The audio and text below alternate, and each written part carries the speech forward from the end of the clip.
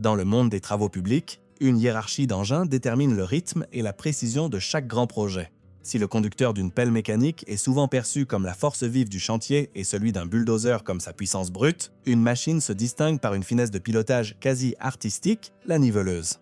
Pour un œil non averti, elle ressemble à un véhicule squelettique, long et massif, doté d'une lame centrale. Pourtant, cette machine est l'arbitre ultime du succès d'un projet. C'est le seul outil capable de transformer un amas de terre chaotique en une surface d'une précision millimétrique. Malgré son importance, la niveleuse est réputée pour être l'engin le plus difficile à maîtriser. On dit qu'une semaine suffit pour former quelqu'un à la conduite d'une chargeuse, mais qu'il faut des années, voire des décennies, pour vraiment ressentir la niveleuse. La complexité de la niveleuse tient d'abord à sa géométrie unique. Contrairement à un véhicule classique, où la direction et l'outil de travail sont étroitement liés, la niveleuse est un cas d'école en matière de physique déconnectée. Le conducteur est assis en hauteur, au-dessus d'un long châssis, oscillant reliant les roues avant à l'essieu arrière tandem. Sous ce châssis est suspendu le cercle, un imposant engrenage rotatif qui supporte la lame. Cette configuration permet à la lame de se déplacer dans presque toutes les directions imaginables. Elle peut se lever, s'abscesser, s'incliner vers l'avant pour couper, basculer vers l'arrière pour transporter la matière, se décaler latéralement pour les travaux en bordure de terrain, et même pivoter verticalement pour couper un talus important à angle droit. Pour la quasi-totalité des personnes, gérer ces mouvements simultanés tout en avançant est source de surcharge sensorielle immédiate. La principale raison de cette difficulté réside dans l'absence de point de repère fixe. Au volant d'une voiture, on réagit à la route. Aux commandes d'une niveleuse, on crée activement cette route. Chaque réglage de la lame a des répercussions directes et indirectes sur la stabilité de la machine et la qualité du nivellement final. Si un opérateur abaisse le côté gauche de la lame pour créer une pente de drainage, la résistance physique du sol s'exerce sur la machine, risquant de faire déraper l'avant ou de modifier l'adhérence des roues arrière. L'opérateur doit anticiper ces mouvements et contrebraquer ou ajuster l'articulation du châssis avant même que l'erreur ne soit visible. C'est un véritable jeu d'échecs permanent contre la terre elle-même. Le châssis d'une niveleuse moderne n'est pas rigide. Il est articulé, c'est-à-dire qu'il peut se plier en son centre. Cela permet à la machine de tourner en cercle serré et, plus important encore, de décaler les roues motrices par rapport à la trajectoire de la lame. Cette direction en crabe est essentielle pour maintenir l'arrière lourd sur un sol stable, tandis que la lame s'étend dans un matériau meuble ou instable. Cependant, l'ajout d'une articulation au centre d'un véhicule déjà long introduit une variable complexe. L'opérateur doit gérer simultanément la direction des roues avant, l'articulation du châssis central et les différents angles de la lame. Cela exige une coordination main-œil-pied que peu possèdent. Dans la cabine d'une niveleuse ancienne, cela impliquait de maîtriser une rangée d'une dizaine de leviers, souvent appelés pianos, où les mains de l'opérateur dansaient d'un mouvement rythmé et continu pour maintenir une coupe nette. Au-delà des commandes mécaniques, le véritable obstacle est le sens de l'observation.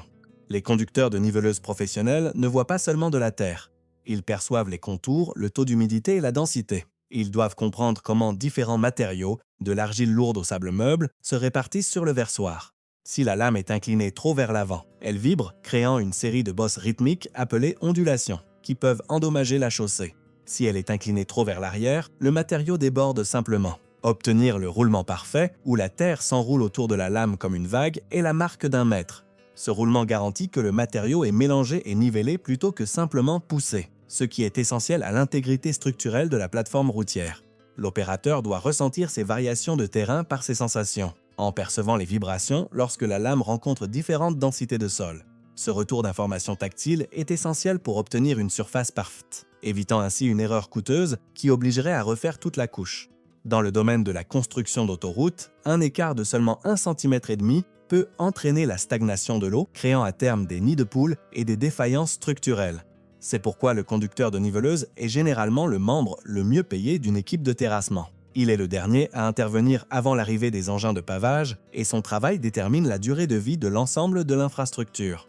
Outre la précision de la finition, l'encombrement de la niveleuse représente un défi majeur en matière de perception spatiale.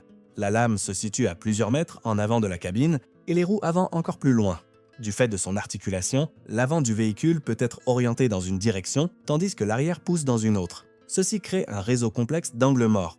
Un opérateur doit suivre simultanément le talon et le bout de la lame, le bord d'attaque qui pénètre dans le sol et le bord de fuite qui le dépose. Si le bout est trop bas, il creuse une tranchée. S'il est trop haut, il forme une butte. Gérer cette situation tout en slalomant entre les regards, les bordures et autres gens lourds exige une vision périphérique et une capacité de visualisation mentale que la plupart des conducteurs ne développent jamais. L'évolution de la niveleuse, d'une simple planche tirée par des chevaux à un chef-d'œuvre d'ingénierie de plusieurs tonnes, n'a fait qu'accroître le niveau de compétence requis. Les premières niveleuses étaient purement mécaniques. L'opérateur devait se tenir debout et actionner manuellement de grandes manivelles pour déplacer la lame. Aujourd'hui, si les joysticks ont remplacé les leviers, la charge mentale s'est déplacée vers la gestion des données. Les opérateurs modernes doivent interpréter des cartes topographiques 3D sur les écrans de la cabine tout en conservant une bonne perception du sol. Ils sont en quelque sorte les pilotes d'un avion terrestre, maîtrisant le tangage, le roulis et le lacet dans un environnement en perpétuelle évolution.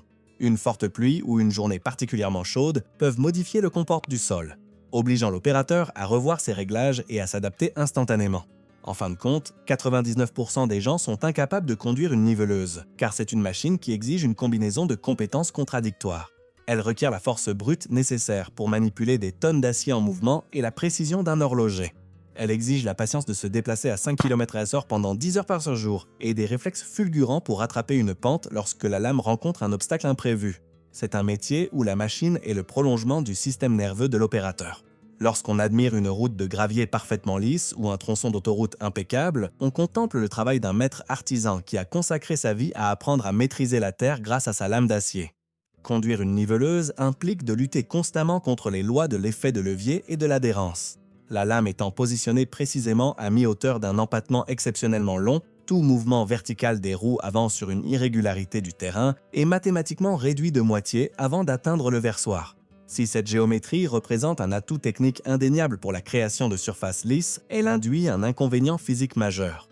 Lorsque la lame lourde pénètre dans ce terrain dur et résistant, cette immense résistance agit comme un point de pivot, tendant à dévier violemment l'avant léger de la niveleuse de sa trajectoire.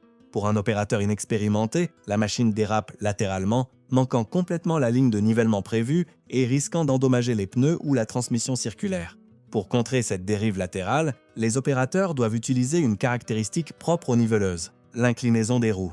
En inclinant hydrauliquement les roues avant à gauche ou à droite dans le sens de la coupe, l'opérateur utilise le poids du véhicule pour s'ancrer au sol, neutralisant ainsi l'importante poussée latérale générée par la lame.